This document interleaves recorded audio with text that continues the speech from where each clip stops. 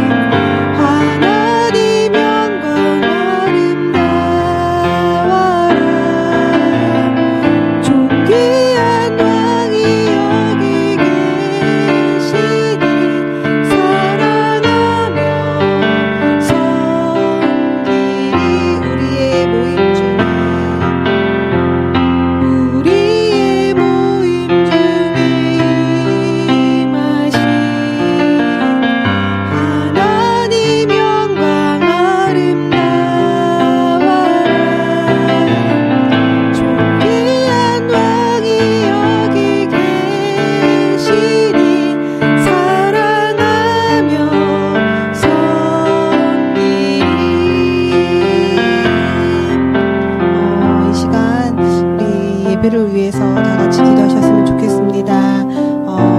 우리가 우리의 처해 있는 환경, 우리가 보여지는 것들을 믿는 것이 아니라 오직 나를 사랑하여 주시고 나를 위해 십자가를 지시고 구원하여 주시고 사랑해 주시는 그 주님을 만나며 주님 앞에 나아가는 그 예배가 되기를 또 간절히 원하며 또 의와 풍광교회를 위해서 다 같이 기도하시겠습니다.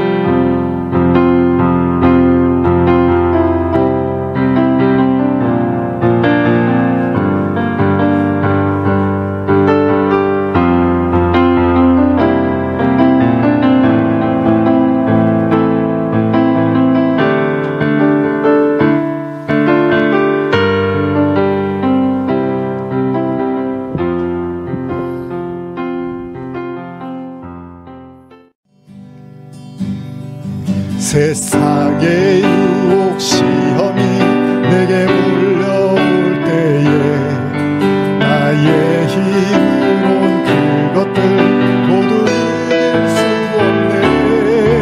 거대한 폭풍 가운데 위축된 나의 영혼 어찌할 바를 몰라 멍하니고 있을 때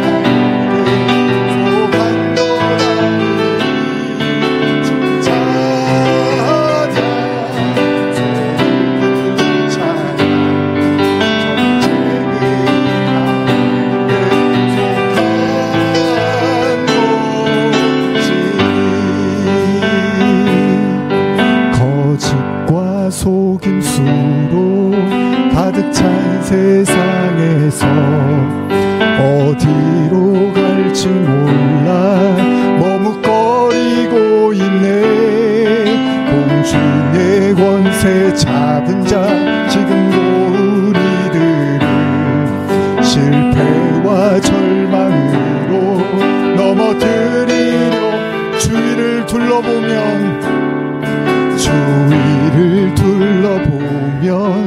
아무도 없는 듯 믿음의 눈을 들면 보이는 분 계시네. 지금도 내 안에서 역사하고 계시는 사망과 어둠의 권세 물리치신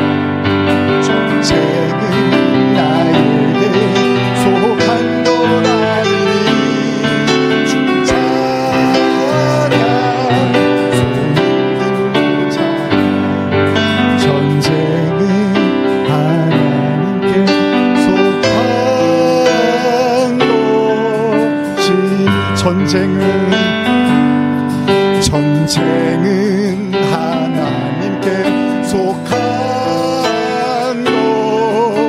전쟁은 하나님께 속한 것이니. 할렐루야. 전쟁이 하나님께 속한 것입니다. 우리 이 시간에 잠깐 기도하며 나갈 때 혹시 마음의 전쟁을 치르고 계십니까? 삶의 전쟁을 치르고 계십니까? 영적인 전쟁을 치르고 계십니까? 오늘 하나님께 모두 의탁하고 맡기고, 사실 사람이 자기 걱정하는 게 당연한 이치지만 성도들은 사실 자기 걱정하는 것만큼 유치한 일이 없는 겁니다. 왜냐하면 우리의 인생은 하나님의 통치 가운데 있기 때문이죠.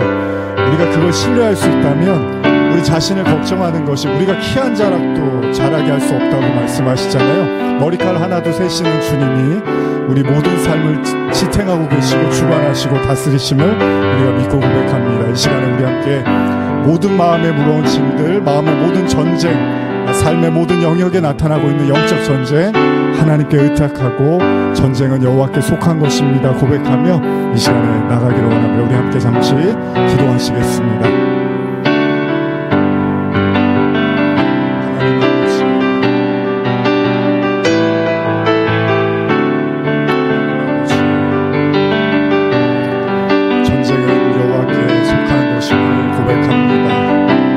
머리칼까지 다 세시는 주님, 키 한 자락도 늘릴 수 없는 우리입니다.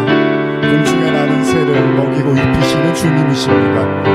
우리가 우리 자신을 걱정하고 염려하는 것이 당연하고 기특한 것처럼 보이지만 하나님의 눈에는 우리의 불신함과 우리의 염려로만 보일 수 있을 것입니다.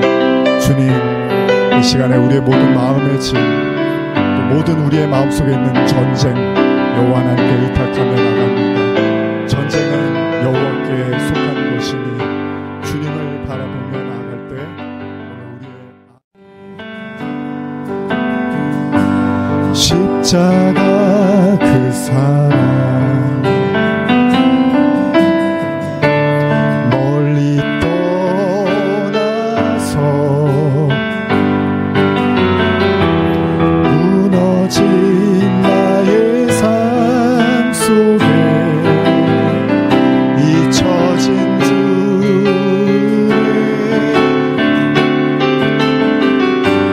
돌 같은 내 마음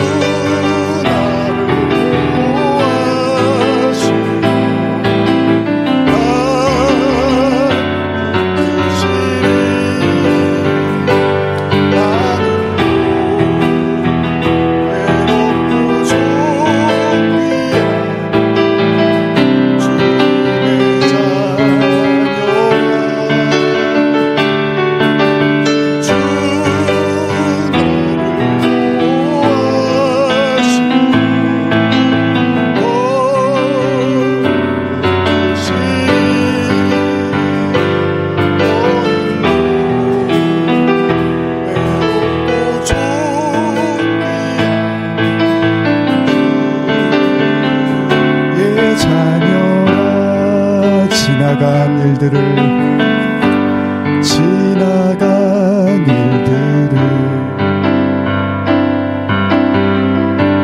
기억하지 않고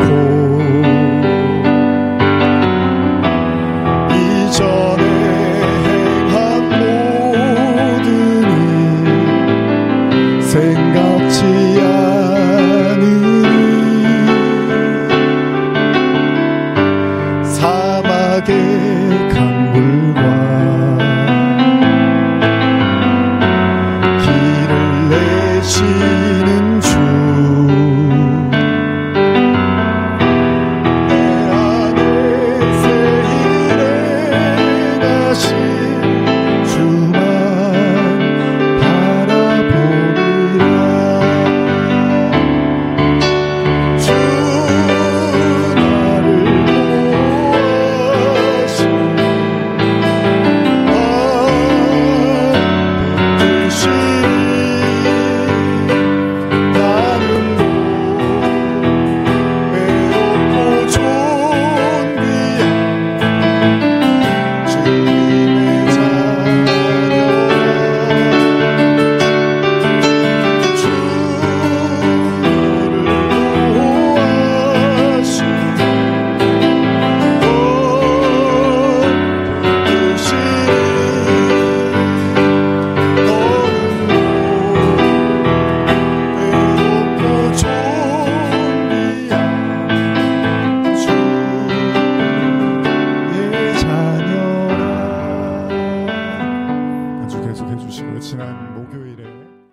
선하신 목자, 구주 되신 주님께 예배 드릴 수 있도록 인도해 주셔서 감사를 드립니다.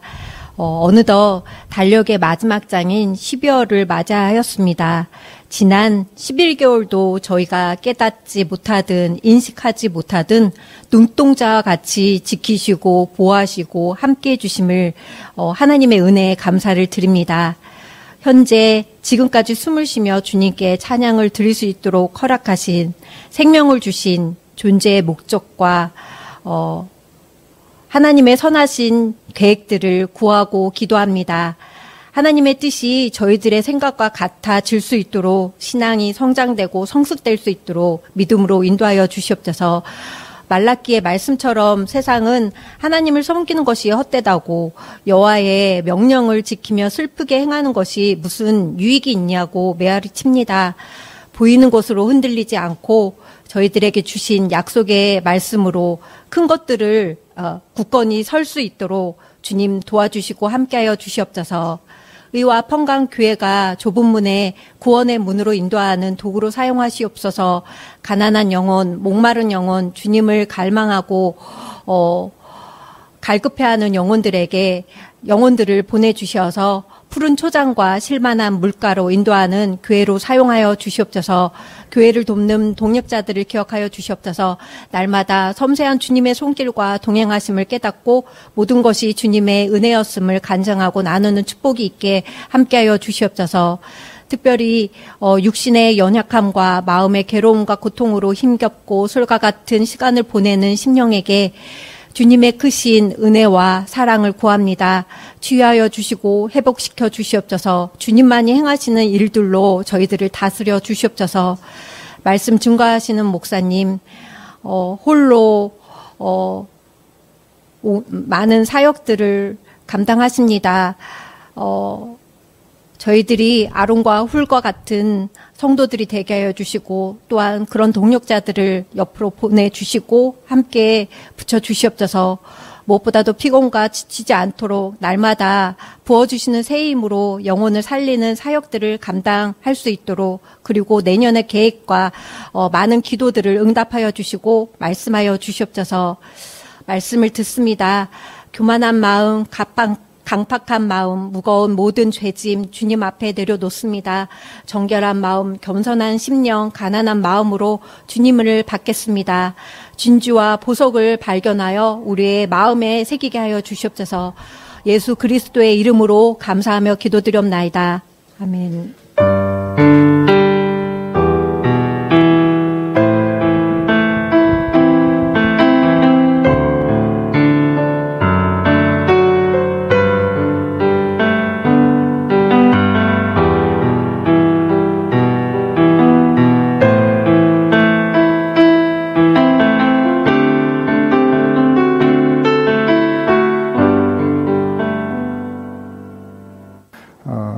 오늘 말씀 아브라함이 99세 때 네 번째 시간입니다. 같이 우리 창세기 20장 말씀, 성경 있으신 분들 창세기 20장 말씀을 한번 찾아주시겠습니다.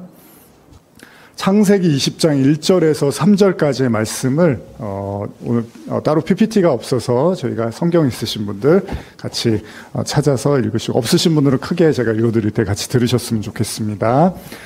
창세기 20장 1절에서 3절까지 말씀입니다. 시작. 아브라함이 거기서 네게부 땅으로 옮겨가 가데스와 숲술 사이 그랄에 거류하며 그의 아나 사레를 자기 누이라 하였으므로 그랄 왕 아비멜렉이 사람을 보내어 사라를 데려갔더니 그 밤에 하나님이 아비멜렉에게 현몽하시고 그에게 이르시되 내가 데려간 이 여인으로 말미암아 내가 죽으리니 그는 남편이 있는 여자임이라. 자, 우리는 지난 시간에 창세기 18장을 통해서 하나님께서 아브라함에게 나타나시고 아들을 약속하시는 장면, 그리고 나서 아브라함과 사라가 사실 비웃습니다. 하나님의 약속을. 그리고 나서 있었던 일이 바로 소돔과 고모라였습니다. 그래서 여러분들이 소돔과 고모라에 대해서 지난주에 잠깐 저하고 말씀을 나눴는데요. 아브라함이 하나님의 그 말씀을 듣자 아브라함이 좀 당황을 하죠. 왜냐하면 소돔과 고모라에 자신의 조카 롯이 거주하고 있다는 사실을 알았기 때문입니다. 그래서 하나님의 심판에 대해서 부당하지 않습니까? 라고 아브라함이 이렇게 반문을 하죠. 하나님, 저 소돔과 고모라 안에 의인이 50명이 있으면 그래도 심판을 하시겠습니까? 이렇게 시작된 대화가 40명 계속 이렇게 숫자가 내려가다가 나중에 10명까지 오는데 아브라함이 깨닫게 되죠. 소돔과 고모라에 의인 10명이 없어서 멸망을 당하게 되는구나라는 것을 이제 알게 되는 내용이 바로 지난 시간의 내용이었습니다. 근데 우리가 한 가지 이제 지난 시간에도 나눴지만은 알 수 있는 게 뭐냐 하면 아브라함이 하나님에 대해서 그렇게 절대적인 믿음을 갖고 있다고 보기는 좀 어려워 보여요. 왜냐하면 하나님이 언약을 주시면서 이삭을 주시겠다고 말씀하셨을 때도 아브라함이 좀 믿기가 어려웠고요. 또 소돔과 고모라를 심판한다고 하실 때도 아브라함이 이거를 받아들이기가 좀 어려워했다는 거예요. 그러니까 하나님의 정의라든지 뜻이라든지 그런 심판, 하나님의 어떤 판단에 대해서 아브라함이 의문을 가졌다는 것입니다. 그러다 보니까 하나님이 하시는 일에 대해서 좀 뭔가 이렇게 반감을 갖고 있었던 것으로 보여요. 그런데 그 하나님과의 대화를 속에서 이제 아브라함이 한 가지를 좀 깨닫는 게 뭐냐 하면, 하나님께서 아브라함에게 그런 이제 그 소돔과 고모라를 보여주시면서 아브라함이 한 가지를 깨닫게 되죠. 그게 뭐냐 하면, 하나님의 기준에서 의인이 저거밖에 없다면, 저렇게 의인이 없다면 내가 생각하는 의하고 하나님이 생각하는 의의 관점이 완전히 다를 수도 있겠구나라는 걸 이제 아브라함이 생각을 하게 되는 거죠. 그때 아브라함이 처음으로 이제 지난주에도 나눴지만 구원에 대한 생각을 했을 거예요.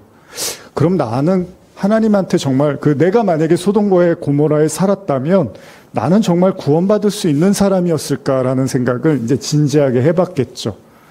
왜냐하면 그전에는 50명이 충분히 소돔과 고모라에 있을 거라고 생각을 했는데 하나님과 대화 속에서 의인이 하나도 없다는 것을 이제 넌지시 아브라함이 느끼게 된 거죠. 어쨌든 그 순간에 조금 더 아브라함이 진지해지기 시작합니다. 오늘 창세기 20장의 이제 본문을 여러분과 읽었는데요. 아마도 이제 이 본문을 읽으시면서 여러분들이 좀 눈치채셨을 분들도 계시지만 이 장면도 어디서 잘 많이 보시던 장면입니다. 뭐냐면요, 바로 아브라함의 이야기가 시작됐던 창세기 12장에서 아브라함이 본토 친척 아비집을 떠나서 가나안 땅에 들어가게 됩니다. 하나님의 약속을 믿고 가나안 땅에 들어가게 되는데 얼마 못 가서 하나님이 축복해 주시겠다고 하셨던 그 약속이 현실로 이루어지는 게 아니라 자기가 거했던 가나안 땅에 기근이 생기기 시작을 합니다. 시작하면서 일입니다. 아브라함이 75세 때. 그러니까 원대한 꿈을 가지고 가나안 땅에 가서 이제 모든 것이 형통하고 잘 될 거라고 생각했는데 생각지도 못한 기근이 찾아오게 됩니다. 이때 아브라함이 애굽에 내려가게 되죠. 이게 12장의 내용입니다. 그러니까 오늘의 본문은 아브라함이 네게부 땅으로 옮겨가면서 그랄이라는 곳에 거류하게 됐다고 하는데 오늘의 내용과 그리고 12장의 내용이 이제 굉장히 유사합니다. 그래서 이 이유를 보면, 주석을 보면요, 왜 아브라함이 네겝 땅에서 그랄이라는 곳으로 갔냐 하면, 창세기 23장에 이제 앞으로 등장하는 헷 족속이 아브라함이 머물던 헤블론 지역을 침범하게 됩니다. 그래서 안전을 위해서 아브라함이 팔레스틴 남쪽의 조그만 성읍인 그랄이라는 곳으로 이주했다라고 이렇게 기록이 되어 있습니다. 어쨌든 간에 아브라함이 또 이렇게 머물러 있던 곳을 벗어나게 되는 12장과 똑같은 상황이 벌어지는데, 문제는 뭐냐 하면 내용도 똑같습니다. 예를 들면 창세기 12장에서 아브라함이 기근이 찾아와서 애굽에 내려갔는데, 그 애굽에서 어떤 일이 일어나죠? 자신의 아내가 너무나 아름다웠고 예뻤나 봐요. 그래서 사람들이 흠모하는 그런 여인이었던 것 같습니다. 그래서 애굽에 내려가면서 아브라함이 불안했어요. 자신의 아내를 보고서 사람들이 탐내할까 봐. 그랬는데 실제로 그런 일이 일어난 겁니다. 바로 왕이 자신의 아내를 사라를 보고서 이제 취하려고 하는 게 됐죠. 근데 나중에 아브라함이 그런 상황에서 자신의 아내라고 했어야 되는데 자신의 누이라고 말을 하면서 사라를 빼앗기게 되는 장면이 나오죠. 근데 나중에 이제 하나님께서 은혜로 그 오해를 풀게 해주시고 다시 이제 아브라함에게 어떻게 보면 이제 큰 재산을 갖고 애굽을 빠져나오게 하시는 그런 내용이 있는데, 오늘의 본문도 똑같은 상황이 벌어지고 있습니다. 25년 전에 거의 75세 때 일어났던 일이 아브라함에게 또다시 반복이 되고 있습니다.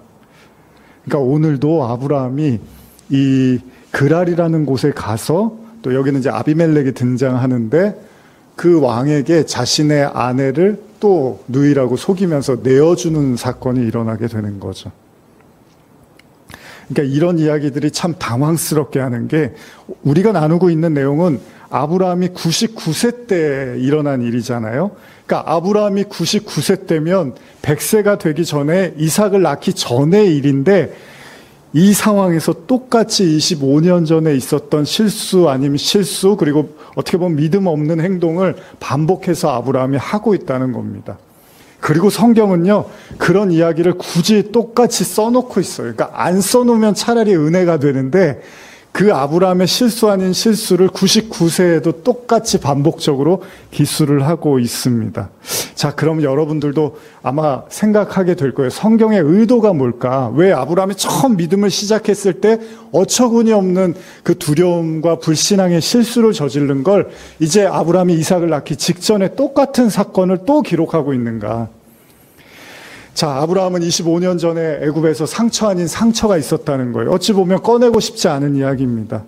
왜냐하면 자기의 목숨을 부지하기 위해서 자신의 아내를 누이라고 속이는, 어떻게 보면 남자로서 좀 창피한 일이잖아요. 물론 당시에 그것이 통용될 수 있는 사회였는지는 모르지만 어쨌든 남편으로서는 굉장히 무책임하고 어떻게 보면 아내에게 신뢰를 잃어버리는 그런 행동을 한 거잖아요.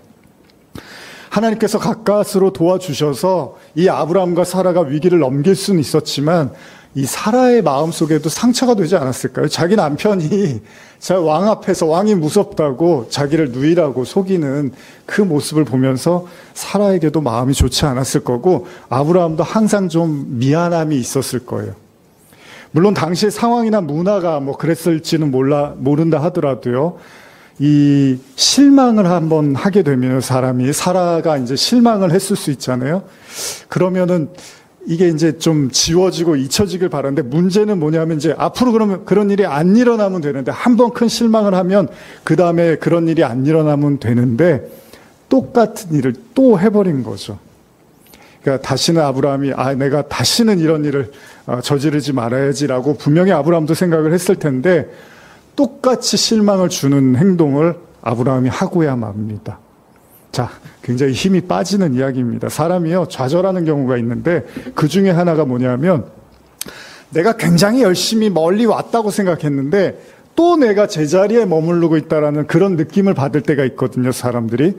그러면 그때 내가 많이 노력하고 달려왔는데, 뭐 예를 들면 우리가 뭐 학생 때 시험을 보면은 시험을 너무 못 봤어요. 예를 들면 저도 수학을 굉장히 어려워해서 한번 수학을 봤는데 점수가 너무 나빠서 다음에는 진짜 잘해야지 하고 한번 막 파고들고 열심히 한 적이 있었는데 뭐 5점 오르고 뭐 별 차이가 안 나는 거예요. 그럼 어떻죠? 이건 나하고는 안 맞는 건가 보구나. 내가 할 수 있는 게 아니구나라는 생각을 할 수 있잖아요. 여러분, 신앙생활도 그런 게 힘듭니다. 내가 굉장히 열심히 오래 했는데 내 나름대로 이 정도면 이제 신앙에 어느 정도 위치에 있다고 생각을 했는데 인격이 좀 나아지지 않았을까? 이제는 좀 내가 변하지 않았을까? 사람들이 나를 보는 시선이 달라지지 않았을까? 내 믿음이 어느 정도 성장하지 않았을까? 나는 이제 말씀대로 살고 있지 않을까라는 생각을 나도 모르는 사이에 어느 정도 하고 있는데 정작 어떤 상황이 딱 벌어지고 나니까 인격이나 믿음이나 뭐 신앙이나 그 하나도 변한 것 같지 않은 자기 자신을 발견하게 되면 스스로 좌절을 경험하기도 한다는 겁니다. 제가 요한복음 읽으면서 이제 여러분들에게도 말씀 가끔 나누지만 그 요한복음 5장에 보면 38년 된 병자 이야기, 우리 얼마 전에 창립 기념주일에도 나눴지만요. 제가 예전에는 자주 나누던 설교 중에 하나이기도 한데 이 38년 된 병자가 태어날 때부터 아팠던 것 같아요. 그래서 이 베데스다라는 연못에 병자들이 많이 몰려있고 거기에 그 우물이 하나 있었는데 그 우물이 움직일 때 제일 먼저 거기 뛰어드는 사람이 병이 낫는다라는 어떤 이야기들, 소문이 퍼지면서 환자들이 거기 많이 둘러싸여 있었습니다. 그런데 이 38년 된 병자도 거기 있었다는 거예요. 문제는 뭐죠? 이 38년 된 병자는 38년 동안 아무 일도 일어나지 않았다는 이야기잖아요. 그러니까 여러 가지 환경과 상황에서 변화를 원했을 겁니다. 근데 가장 원하는 거는 병이 낫는 걸 거 아니에요? 저희 어머니하고 제가 우스개로 이제 제가 가끔은 이제 어머니랑 대화하다가 이제 신앙 얘기하고 성경 얘기할 때가 가끔 있어요. 자주는 못해요. 근데 가끔 하는데 제가 어느 날 이제 제 설교를 이렇게 이제 TV로 틀어드리면서 말씀을 좀 이렇게 자막이 나오면 이제 어머니가 귀를 잘 못 들으시니까 이렇게 보시는데 이게 그때 38년 된 병자였어요. 그걸 이렇게 쭉 보시더라고요. 그런데 갑자기 38년 된 병자가 낫다는 이제 이야기잖아요. 근데 어머니가 보시다가 나는 37년 됐는데 다친 지가 그럼 나도 1년만 기다리면 나을 수 있냐는 그런 식으로 이제 저한테 물으시더라고요. 그래서 어떻게 하겠어요? 희망을 드려야 되니까. 그래서 어머니가 요즘 얼마 전부터 이제 아버지 돌아가시고 창세기부터 읽기 시작하셨는데 지금 아마 구약의 한 절반 정도 읽으신 것 같아요. 그래서 제가 그냥 그랬어요. 엄마, 그럼 요한복음 5장 이 본문 나올 때까지만 읽으시면 또 하나님이 어떻게 하실지 모르니까 희망을 갖고 하자고. 한 내년쯤에 그 본문을 읽지 않겠냐고 그랬더니 어머니가 그럼 내년에 38년 됐다고 내가 이 다친 지가. 그러니까 한번 같이 기도해 보자고 제가 그런 말씀을 드린 적이 있는데 뭐 어머니도 항상 아프시니까 왜 내가 병이 낫지 않는가, 이게 제일 이제 속상한 일이시겠죠. 그러니까 지금 베데스다의 연못에 38년 된 병자도 38년 동안 똑같은 기도를 똑같은 바람과 원함을 했는데 아무것도 달라지지가 않았으니 그 마음도 오죽하겠습니까? 여러분들도 겪어보셨지만 똑같은 일을 가지고 기도하고 바라고 원했는데 수년이 지나도 별다른 변화가 없을 때는 사람 마음이 이렇게 낙심하기 마련이잖아요. 근데 지금 아브라함의 마음도 어쩌면 그랬을지도 몰라요. 사실 아브라함이 하나님에 대한 그 언약을 받고 25년 동안 변한 게 없었단 말이죠. 그러니까 아브라함도 하나님에 대해서 사실 어느 정도는 좀 실증이 나고 어느 정도는 불신앙이 생길 수가 있었겠죠. 실제로 오늘 본문인 창세기 20장에서도 아브라함은 약속에 대한 그 하나님의 이야기, 말씀을 듣기는 하지만 사실은 아직도 믿겨지진 않아요. 왜냐하면 아들이 낳지는 않았잖아요. 하나님의 아들 주신 건 아니잖아요. 주시겠다고만 한 거지. 어찌됐건 간에 38년 된 병자도 예수님을 만나고 그 자리에서 그냥 번쩍 일어나는 엄청난 축복을 경험을 하게 됩니다. 그러니까 38년 동안은 아무 일도 일어나지 않았지만 38년째 되는 그 해에는 정말로 놀라운 기적이 일어나기도 했다는 겁니다. 여러분, 우리가 흔히 성공하기 위해서는 수많은 실패를 경험한다고 하잖아요. 지금이야 제가 자전거를 타는 것이 너무나 쉽고 당연하다고 생각하지만 여러분들도 이제 자전거 타보신 분들 아시잖아요. 너무 쉽잖아요, 지금. 근데 처음엔 어떻죠? 되게 어렵고 가능할까라는 생각을 했을 겁니다. 많이 넘어졌을 거예요. 중심을 잡기가 처음에는 쉽지가 않잖아요. 지금이야 운전대를 잡고 운전하는 것이 너무나 당연한 일처럼 보이지만 제가 운전하기 전에는 가끔 꿈을 꾸면요. 이제 운전하는 꿈을 꾸면 너무 행복했어요. 아니, 내가 운전을 할 수 있다니. 그러니까 운전하지 않는 분들에게는 그게 꿈일 수도 있다는 거예요. 근데 이제 어느 정도 운전을 하기 시작하고 그러다 보니까 이제 운전하는 게 일상이 되잖아요. 여러분, 무언가 집요하고 끈기 있게 애써야 될 때가 있습니다. 그래야지 그게 어느 순간에 저에게, 여러분들에게 일상으로 다가올 수도 있겠죠. 그러기 위해서 또 피나는 노력을 하기도 해야 될 때가 있습니다. 처음에 아이가 이렇게 일어나서 걸으면요, 되게 신기하잖아요. 이제 아이들 보시면. 근데 그 걸음을 내딛기 위해서 사실은 엄청나게 많이 넘어지는 걸 우리는 알고 있습니다. 저도 이제 아이를 키우면서 이제 아이 보는 시간이 많았는데, 애가 맨날 누워서 뭐 이렇게 하던 애가 갑자기 어느 순간에 엎드리기 시작하고 이제 짚고서 일어나기 시작합니다. 그러면서 나중에 총총총 뛰기도 하잖아요. 근데 어떤 때는 계속 넘어지는 걸 보고 있으면 제가 걸을 수 있을까? 그런 생각이 들 수도 있어요. 제가 정말로 걸을 수 있을까? 왜냐면 너무 많이 넘어지니까 처음에는. 그러니까 부모조차도 과연 그게 가능할까? 이런 생각이 드는데 정말 어느 순간이 되면 걷기 시작하고 뛰기 시작하더라는 거죠. 노력하면 발전이 있기 마련입니다. 분명히 애쓰고 노력한 결과가 어떤 식으로든지 간에 따른다는 법을 우리는 알고 있습니다. 세상 이치가 그렇잖아요.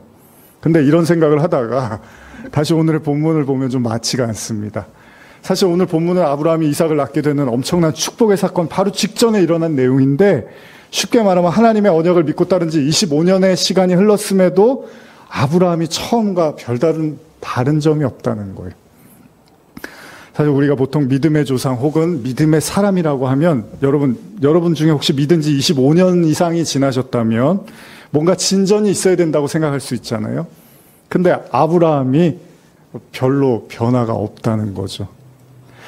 사라를 아브라함의 누이로 알고 자신의 여인으로 삼으려고 했던 그 그랄왕 아비멜렉이요, 그날 꿈속에서 하나님으로부터 커다란 책망을 듣게 되거든요. 그러니까 자기는 아브라함이 진짜 누이라고 말해서 누이인 줄 알았는데 나중에 하나님이 쫓아가서 그랄왕 아비멜렉에게 아주 대노를 하십니다. 창세기 20장 8절에서 12절인데 이거 한번 있으신 분들 읽어볼까요? 창세기 20장 8절에서 12절입니다. 시작. 아비멜렉이 그날 아침에 일찍이 일어나 모든 종들을 불러 그 모든 일을 말하여 들려주니 그들이 심히 두려워하였더라. 아비멜렉이 아브라함을 불러서 그에게 이르되 내가 어찌하여 우리에게 이렇게 하느냐? 내가 무슨 죄를 범하였기에 내가 나와 내 나라가 큰 죄에 빠질 뻔하게 하였느냐? 내가 합당하지 아니한 일을 내게 행하였도다 하고, 아비멜렉이 또 아브라함에게 이르되 내가 무슨 뜻으로 이렇게 하였느냐? 아브라함이 이르되 이곳에서는 하나님을 두려워함이 없으니 내 아내로 말미암아 사람들이 나를 죽일까 생각하였으며 또 그는 정말로 나의 이복누이로서 내 아내가 되었습니다. 뭐 좀 궁색해 보이지만 뭐 거짓말은 아니라고 말을 합니다. 실제로 제 이복누이기도 하고 또 사람들이 나를 죽이려고 했으니 제가 어떻게 있는 사실을 말할 수 있겠습니까? 라고 아브라함이 말을 합니다. 자, 여러분들도 그렇지만은 위기에 몰리고 궁지에 몰리면 사실 사람이 약점이 드러나기 마련이죠. 누구나 다 그런 생각을 할 수 있고 아브라함을 이해할 수도 있습니다. 그럼 여기서 한번 생각해 보는 거예요. 과연 믿음이라는 건 뭘까? 진짜 믿음이라는 건 뭘까? 솔직히 말하지만 지난 창세기 12장에서요 시작해서 오늘 20장에 이르기까지 여러분 아브라함이 그렇게 괄목한한 믿음을 보여준 그런 예들이 많지는 않습니다. 있긴 있어요. 예를 들면은 조카 롯하고 재산 때문에 다툼이 생겼을 때 아주 관대하게 롯에게 네가 원하는 땅으로 가면 내가 그 반대로 가겠다라고 이야기하면서 뭔가 통큰 모습을 보여주기는 했습니다. 그리고 조카 롯이 또 위협에 빠졌을 때 아브라함이 자신의 군대를 데리고 가서 조카 롯을 구해주는 장면도 있었습니다. 그런 모습에서는 분명히 믿음이 있었는데 그럼에도 불구하고 아브라함의 또 많은 부족함들을 우리는 알고 있습니다. 소돔과 고모라에서도 왜 하나님이 심판하시냐고 하나님께 핀잔을 했고요. 하나님의 약속에서도 아내와 함께 비웃기도 했습니다. 그리고 오늘 본문도 아브라함이 75세 때와 똑같이 믿음 없는 모습으로 자신의 아내를요 누이라고 속이는 그런 어떻게 보면 안타까운 일을 범하고 말았습니다. 옛날에 어른들이 그런 말씀을 하신 적이 있습니다. 신앙생활을 하되 기도하실 때마다 그런 기도를 많이 하시는데 단순히 교회 문지방만 드나드는 신앙 되지 않게 해달라는 그런 기도를 어르신들이 많이 했었습니다. 무슨 말이냐면 교회를 들락달락 한다고 해서 그 자체가 신앙을 성장시켜주는 건 아니라는 거죠. 평생 교회를 다녀도요, 하나님을 못 만나는 사람이 있는가 하면 또 어떤 시간 속에서는 잠깐이지만 하나님을 또 깊이 만나는 사람도 있습니다. 그러니까 겉만 보고는 알 수는 없어요. 저도 여러분들의 속마음은 다 알 수는 없습니다. 아브라함은 굉장히 곤란한 처지에 놓인 거죠. 뭐냐 하면 하나님이 명년 이맘때, 그러니까 100세가 될 때 사라를 통해서 아들을 주시겠다고 했는데 지금 보세요 여러분. 그 사라를요 그랄왕 아비멜렉에게 빼앗겨 버렸어요. 아들을 사라에게 주시겠다고, 사라를 통해서 아들을 주시겠다고 내년에 그렇게 말씀하셨던 하나님인데 사라를 빼앗길 지경이 됐어요. 지금 자신의 아내와 같이 있어야지 뭐 아들을 낳든 뭘 하잖아요. 그런데 이제 왕에게 아예 빼앗기는 신세가 되어버렸습니다. 여러분, 만약에 이 상황이 그대로 진행된다면 어떻죠? 아브라함은 믿음에서, 인생에서 다 실패를 하게 됩니다. 여러분, 우리가 이 지점에서 진지해야 될 필요가 있는데요, 여러분과 저의 인생이나 신앙을요 하나님이 도와주시지 않으면 우리는 인생과 믿음에서 다 실패할 수도 있는 사람들이라는 겁니다. 어쩌면 처음 시작할 때 다 끝났어야 될 이야기였을지도 몰라요. 그러니까 무슨 말이냐면요, 아브라함이 25년 전 가나안 땅에 왔을 때, 그때 애굽에 내려갔을 때 자신의 아내를 누이라고 속이면서 애굽 왕 바로에게 넘겨줬잖아요. 자, 하나님이 그때 도와주지 않았으면 아브라함은 어땠을까요? 25년 전에 인생이 그냥 끝난 거예요. 다시 가나안 땅에서 원래 자기의 고향으로 돌아가야 되는 신세가 됐을지도 몰라요. 거기에다가 자신의 아내까지 잃어버리고, 그럼 나중에 평생 하나님을 원망하고 저주하다가 살았을지도 몰라요. 근데 하나님이 개입을 해주신단 말이죠. 여러분, 이 지점에서 우리가 진지하게 생각해야 될 거는, 하나님이요 어떤 언약을 주시면 그 언약을 책임져 주시는 분도 하나님이시라는 거죠. 아브라함이 예전과 그대로 또 속수무책으로 당하고 있습니다. 또 거짓말을 하고 도망치려고 하고 아내를 넘기고 있는, 목숨을 부지하기 위한 이런 아브라함의 모습이 그대로 재현이 되고 있습니다. 자, 하나님은 이걸 알았을까요? 몰랐을까요? 아셨다는 거죠. 그러니까 처음에 하나님이 아브라함을 가나안 땅에 부르셨을 때나 99세, 25년이 지나고 99세가 됐을 때나 아브라함의 믿음 없음, 신앙 없음, 여전히 두려워하는 마음을 하나님은 다 환히 보고 계셨어요. 그래서 여러분, 성경이 좀 어떻게 보면 짓궂기도 하지만 믿음의 완성을 나타내는 그 지점, 100세의 지점 이전에 또다시 아브라함의 그 연약하고 믿음 없는 모습을 그대로 여과 없이 우리에게 보여주고 있다는 거죠. 여러분, 언약은 우리가 이루는 게 아니라 하나님이 이루신다는 겁니다. 아브라함에게는요, 그 언약을 이루기 위해서 보탤 수 있는 어떤 영향력도 어떤 힘도 없다는 것을 성경은 여실히 보여주고 있습니다. 어떻게 보면 굉장히 무능해 보이기까지 하고 무력해 보이기까지 합니다. 가끔요, 제가 식물의 씨를 보면 굉장히 신기하다는 생각을 하는데, 손톱보다도 작은 그 씨앗의 그 씨앗이요, 땅에 심기우고 물을 주고 햇볕을 받더니 어떻게 되죠? 싹이 돋고 줄기가 뻗어나가고 나중에 나무가 되고 거기서 열매가 자라기 시작을 합니다. 여러분, 씨가 대단한 것인지 햇볕과 물이 대단한 것인지 참 마냥 신기하다라는 생각을 했던 때가 있어요. 근데 여러분 보세요. 아무리 대단한 씨앗이라도요, 그 씨앗이 아무런 자극이나 주변의 도움을 받지 못하면 어떻게 되죠?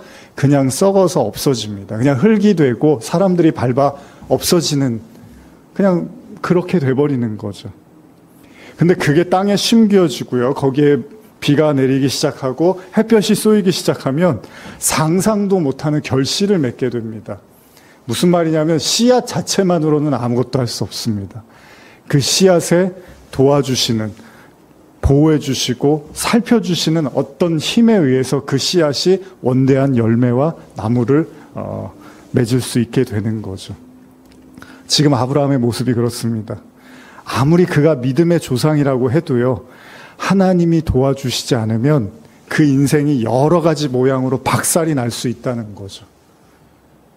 제가 예전에 한번 그런 일이 있었는데 운전하다가 이렇게 제가 오르막길이었는데 처음에 아마 운전 초기였는데 운전하다가 오르막길이었는데 그때 이제 주변에 사람들도 있고 같이 했던 분들이 있고 막 인사하고 이러는데 제가 이제 차 뒤쪽에서도 사람들이 있고 그랬는데 제가 악셀을 밟아야 되는데 오르막길이면 실수로 후진 기어를 놓고서 악셀을 밟아버린 거예요. 그러니까 뒤로 이제 간 거죠. 악셀 밟았는데 뒤로 한 건데 기아를 바꾼 줄을 모르고 초기였습니다. 제 차 또 이러면 안 타실 수도 있는데 지금 그러지 않습니다. 초기에 이제 기아를 모르고 안 바꾸고 그런 거예요. 근데 차가 이제 조금씩 밀렸어요. 근데 만약에 조금만 가까이 제 차에 누가 서 있었으면 이제 다쳤을 거예요. 근데 그분들이 가까운 분들이란 말이에요. 그러면 그날 하루로 인해서 제 인생이 완전히 달라졌을 수도 있겠죠. 운전하다 보면 이제 그런 경우들 많이 있잖아요.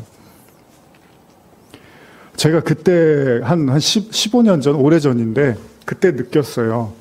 이게 하나님이 사람의 일에 개입을 하지 않고 관심을 갖지 않으면 언제든지 저는 무너지고 망가질 수 있겠구나. 그래서 진짜 하나님이 철두철미하게, 물론 좋은 일도 있지만 나쁜 일도 일어나잖아요, 사람한테. 그것도 하나님의 개입이 없이 일어나지 않는다는 이제 저는 믿음을 갖고 있으니까요. 하나님이 성도에게 하나님이 함께하지 않고 세세하게 도와주지 않고 그 곁에 계시지 않으면 여러분과 제 인생은 언제든지 바뀌어질 수 있다는 사실이죠. 씨앗이 그렇습니다. 아까 말씀드린 것처럼 그 씨가 아무런 도움을 받지 못하면 결국은 그냥 흙에 불과한, 그냥 썩어서 없어지는 게 돼버리는 거죠. 여러분 지금 아브라함의 모습을 생각해 보십시오. 아무리 그가 믿음의 조상이라고 하고 아무리 그가 대단하다고 하고 이삭을 바쳤다고 우리가 아브라함을 최고의 믿음의 조상으로 말하고 있지만 오늘 하나님이 그러랑 아비멜렉에게 사라를 뺏어갔을 때 하나님이 도와주지 않았으면 아브라함의 인생은 완전히 또 박살이 나는 거죠. 25년 동안 하나님을 믿었는데 결국 아내를 빼앗기고 처참한 신세로 다시 고향으로 돌아가야 되는 그런 모습이 됐을 수도 있다는 거죠. 여러분 위기의 순간마다 아브라함을 따라다니는 분이 계십니다. 그게 바로 하나님이시잖아요. 사라를 아비멜렉에게 빼앗기자 하나님이 득달같이 그 아비멜렉의 꿈에 나타나셔서 엄포를 하시는데 그거 한번 읽어볼까요? 창세기 20장 7절입니다. 시작. 이제 그 사람의 아내를 돌려보내라. 그는 선지자라. 그가 너를 위하여 기도하리니 내가 살려니와 내가 돌려보내지 아니하면 너와 내게 속한 자가 다 반드시 죽을 줄 알지니라. 참 무섭죠? 아비멜렉이 이 꿈을 꾸고 아마 오금이 저렸을 것입니다. 그 무시무시한, 어떻게 보면 하나님이 직접 나타나셔서 그 사라를 보내라고 이야기를 하시는 거죠. 언약의 주체는 하나님이라는 사실을 다시 한번 우리는 확인할 수 있습니다. 오늘 아브라함의 이야기에서 찾아볼 교훈은 별로 없습니다. 여러분도 저도요, 많이 간 것 같고 많이 한 것 같은데 또 제자리일 수도 있습니다. 사람은 그렇습니다. 그러니까 그런 거에도 너무 우리가 자포자기하고 절망할 필요도 없습니다. 겉으로는요, 사람들이 그럴듯해 보이는 것 같지만 사실 마음은 그렇지 않은 경우가 있습니다. 그렇게 강해 보이는 사람 같지만 실상 뚜껑을 열어보면 10년 전, 20년 전, 30년 전이나 똑같을 수도 있습니다. 하나님은 그걸 너무 잘 아세요. 그래서 하나님은요, 저와 여러분들을 어린아이 대하듯이 하는 거죠. 저와 여러분들을 어른으로 대하시지 않습니다. 하나님은 그냥 어린아이 대하듯이 항상 우리를 연약함과 우리의 부족함을 주님이 아시기 때문에 항상 우리를 위해서 준비하고 기다리고 계십니다. 오늘 아비멜렉 이 사건만 보더라도요, 여러분, 아브라함이 또 큰 실수를 한 거잖아요. 아브라함이 믿음이 조금만 있었어도요, 어떻게 생각해야 되죠? 아니, 이 사라를 통해서 내년에 하나님이 아들을 주시겠다고 했는데 지금 내가 이 아내를 빼앗기면 안 되지. 그리고 25년 전에 내가 이미 똑같은 실수를 했잖아. 이제 다시는 그런 실수를 해서 사라한테 또 상처를 줘서는 안 되지. 그러면 아브라함이 절대 안 됩니다. 차라리 저를 죽여주세요. 절대 제 아내만큼은 데려가시면 안 됩니다. 이 아내는 하나님의 약속의 자녀를 낳아야 됩니다. 그리고 저는 또다시 이 아내에게 상처를 주고 싶지 않습니다. 제가 이미 25년 전에 그 상처로 인해서 제가 너무나 오랫동안 마음 아파하고 살았습니다. 이제 또다시 아내를 힘들게 하고 싶지 않습니다. 이래야 되잖아요. 근데 낼름, 자기 죽을 것 같으니까 낼름, 제 누이예요. 뭐 알아서 하세요. 또 이러고 있는 거. 사람은 속을 수 있어도 하나님은 안 속으십니다. 그러니까 교회는요, 예배는, 설교는 어쩌면 그 우리의 민낯을 다 드러내야 되는 것 같아요. 이 예배는 가면을 쓰는 게 아니죠. 하나님 앞에서는 감출 게 없는 거죠. 다시 말하면 우리가 아무리 감춰도 하나님은 여러분들 속끝까지 다 들여다보고 계시잖아요. 그러니까 이게 얼마나 감사해요. 왜냐하면 아브라함한테 하나님이 실망하셨으면 어떡해요? 내가 사라를 통해서 아들 주겠다고 했는데 너 지금 사라를 그렇게 넘겨버려? 25년 전에도 그랬는데 또 그러는 거야? 아이고, 내가 너 같은 애를 믿음의 조상으로 선택하고, 아이고, 내가 혈압이 올라서 내가 아브라함을 괜히 선택했어. 하나님이 실망하셨을 뻔했어요. 근데 하나님이 실망을 안 하시죠. 왜요? 다 알고 있으니까. 아브라함의 믿음이라는 거, 아브라함의 마음이라는 게 뭔지를 하나님이 뼛속까지 들여다보니까 어떻게 해요? 아브라함이 참 내가 또 이랬구나 이러고 있으니까 하나님이 어떻게 해요? 너 이리 좀 나와봐. 손바닥 좀 대. 막 때리는 게 아니잖아요. 내가 도와줄게. 알아. 네 마음 다 알아. 네가 왜 그랬는지도 다 알아. 그리고 너 그것 때문에 또 괴로워할 것도 다 알아. 또 25년 전에 그 일 때문에 또 아파하겠구나. 또 사라한테 미안하겠구나. 또 사라는 네 남편 때문에 또 괴롭지. 저 인간 저 25년이나 똑같다고. 괜찮아. 그게 인간이야. 그게 우리의 믿음이야. 그리고 나서 하나님이 아비멜렉의 꿈에 나타나고 바로 하나님께서 사라를 내보내라고 말씀을 하십니다. 이게 진짜 하나님의 마음이죠. 표면적 설교가 중요한 게 아니라 여러분 우리 믿음으로 이기십시다. 승리합시다. 다 잘 될 겁니다. 이게 중요한 게 아니라 25년이나 지금이나 하나도 바뀌지 않은 자신을 바라보며 괴로워하고 아파하고 있을 아브라함에게 괜찮아. 언약은 내가 이루는 거야. 그게 은혜 아닙니까? 내가 열심히 하고 노력하고 아무리 몸부림쳤는데도 안 되고 그래서 자포자기하는 그때 하나님이 괜찮아. 그래. 안 되지. 내가 도와줄게.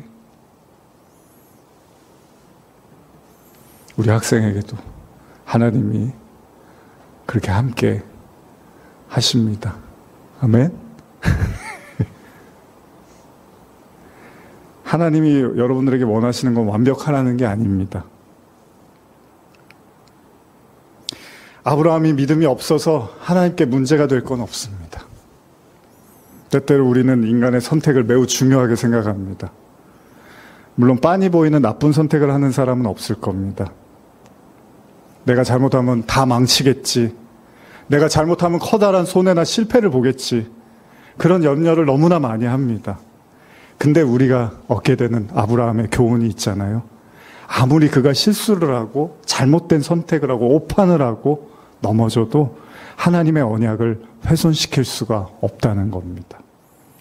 그의 선택이 옳던 틀리던 의롭던 그렇지 못하던 간에 하나님은 아브라함에게 작정하신 그 언약을 그대로 준행하실 것입니다. 그러니까 여러분과 저의 판단이나 선택에도 너무 주목하지 마십시오. 우리가 그냥 기도하고 결정했으면 그냥 맡기고 일하십시오. 나아가십시오. 내가 옳아서가 아니라 내가 반드시 맞아서가 아니라 내가 맞던 틀리던 하나님은 성도를 이끌어 가시고 하나님이 책임져 주실 거라는 겁니다. 우리에게 아무런 책임도 없다는, 무책임해도 된다, 그런 말씀은 아닙니다. 반드시 우리가 신앙 여정에서 배워야 되는 것, 그건 우리의 의로움이 아니라 하나님의 의로움으로 모든 것이 완성되어져 갈 거라는 것입니다. 오늘 여러분들의 마음속에 많은 전쟁을 치르고 있다면, 또 많은 선택으로 인한 고민들을 하고 있다면 하나님께서 이루어 가실 것입니다. 기도하시겠습니다. 하나님 아버지, 25년 전이나 지금이나 변함없이 여전히 부족하고 연약한 아브라함이지만 하나님은 아브라함에게 실망하지 않습니다. 하나님은 다 알고 계시기 때문입니다. 그 아브라함을, 그 사라를 품으시고 다시금 언약을 향해서 걸어가시는 하나님의 위대함을 찬양합니다. 오늘 우리의 삶에도 그렇게 동일하게 역사하심을 믿습니다. 예수님의 이름으로 감사하며 기도드립니다. 아멘. 우리 마지막으로 주품에 찬양하시면서 예배를 마치겠습니다.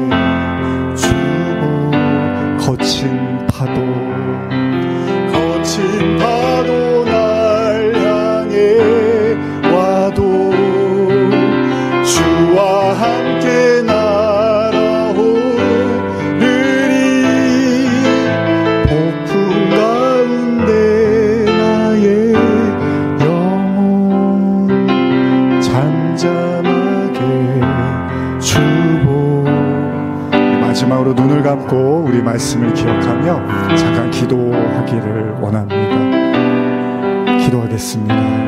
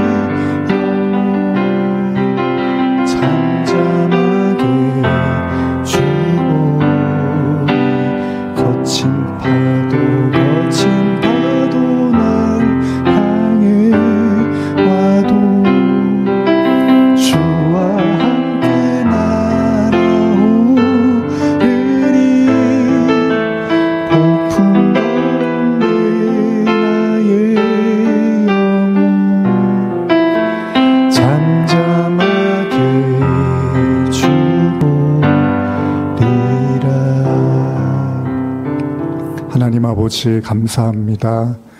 하나님은 우리에게 실망하시는 분이 아니십니다. 우리가 어떤 모습을 하고 있던 어떤 연약함에 또 나약함에 있다 하더라도 주님은 우리의 실망하시는 분이 아닙니다. 왜냐하면 주님은 처음부터 다 알고 계셨기 때문입니다. 가면을 쓸 필요가 없습니다. 옷을 칭칭 감아서 하나님께 감출 필요도 없습니다. 아브라함의 25년 전이나 지금이나 아브라함의 민낯이 여전히 똑같습니다. 그러나 하나님은 그런 아브라함을 보듬어 안으시고 다시금 일으켜 세우시고 도우시고 언약을 이루시겠다고 말씀하십니다. 오늘 우리에게 큰 기쁨과 감사함의 이유인 줄 믿습니다. 우리가 내릴 수 있는 결단과 선택에 너무 불안해하지 말게 하시고 그 뒤에 계신 하나님이 나를 책임지시고 인도하심을 믿으며 담담히 주어진 삶을 살게 하여 주시옵소서. 지금은 우리 주 예수 그리스도의 은혜와 하나님 아버지의 사랑과 성령의 교통하심이 여전히 우리와 함께 하시고 여전히 우리를 도우시고 지키시며 그 거룩하고 온전한 언약을 이루실 그 하나님 앞에 고개 숙인 모든 성도들 머리 위에 지금부터 영원히 함께 있을지어다. 아멘.